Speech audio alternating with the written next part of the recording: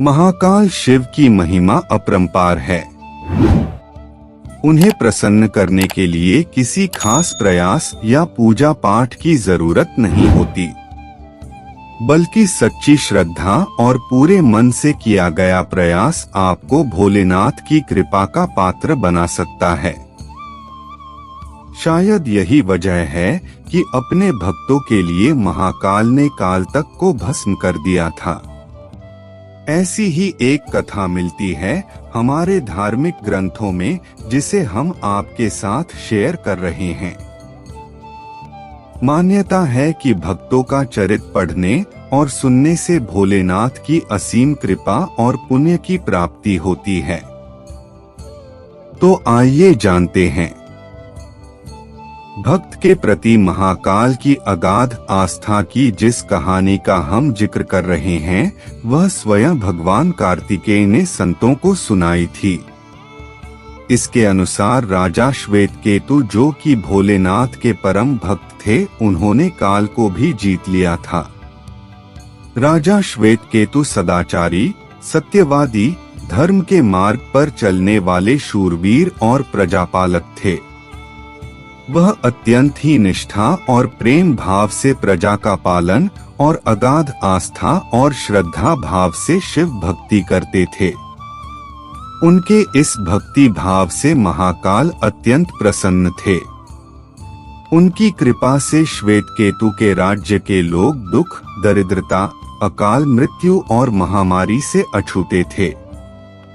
एक दिन जब राजा श्वेतकेतु का जीवन काल समाप्त होने को था और वह भोलेनाथ की आराधना में लीन थे, तब चित्रगुप्त ने यमराज से कहा कि राजा श्वेतकेतु की आयु अब पूरी हो चुकी है, अब उनके प्राण हरने का समय है। तब यमराज ने अपने दूतों को आज्ञा दी कि वे जाएं और श्वेतकेतु के प्राण हर लाएं। यमदूत राजा श्वेतकेतु के पास पहुँचे तो वह शिव मंदिर में थे। दूत बाहर ही खड़े हो गए। श्वेतकेतु गहरे ध्यान में थे। बहुत देर हो गई, न श्वेतकेतु का ध्यान टूटा न यह दूत हिले। दूत बिना अपना काम किए खड़े रहे। जब वे वापस नहीं पहुँचे तो यमराज ने विलंब होते देखा तो कालदंड संभाला और खुद चल पड़े। दूतों के आने में देरी होने के चलते यमराज स्वयं ही राजा श्वेतकेतु के प्राण हरने पहुँचे। लेकिन वहां उन्होंने देखा कि वह तो महादेव की साधना में लीन है। अब तो वह सोच में पड़ गए कि इसके प्राण कैसे हरें। उन्होंने सोचा कि यह अभी पूरी तरह शिव पूजा में डूबा है।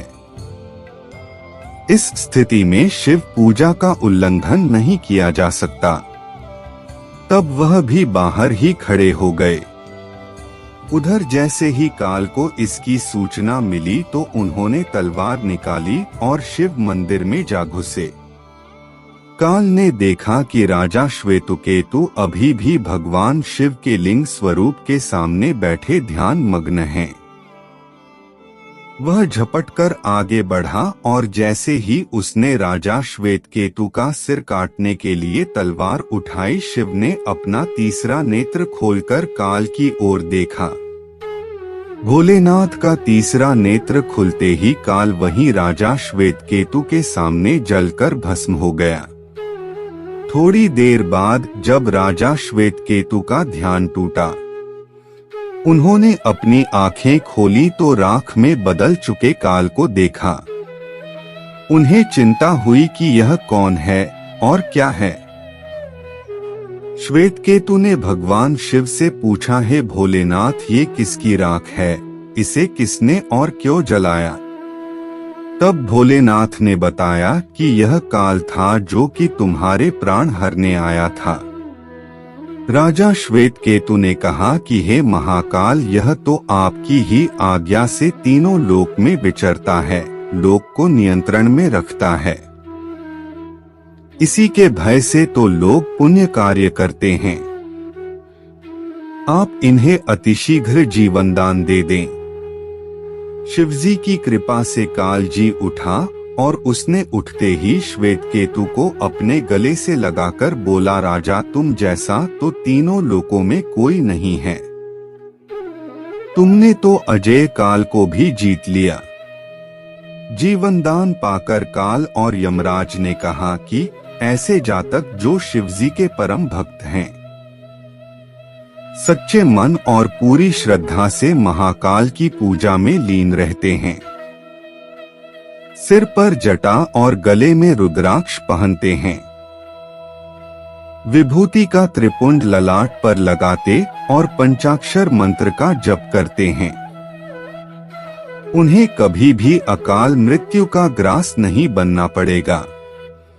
कथा के अनुसार इस आशीर्वाद के बाद श्वेतकेतु ने लंबे समय तक राज किया और फिर महाकाल की कृपा पाकर उनमें ही विलीन हो गए।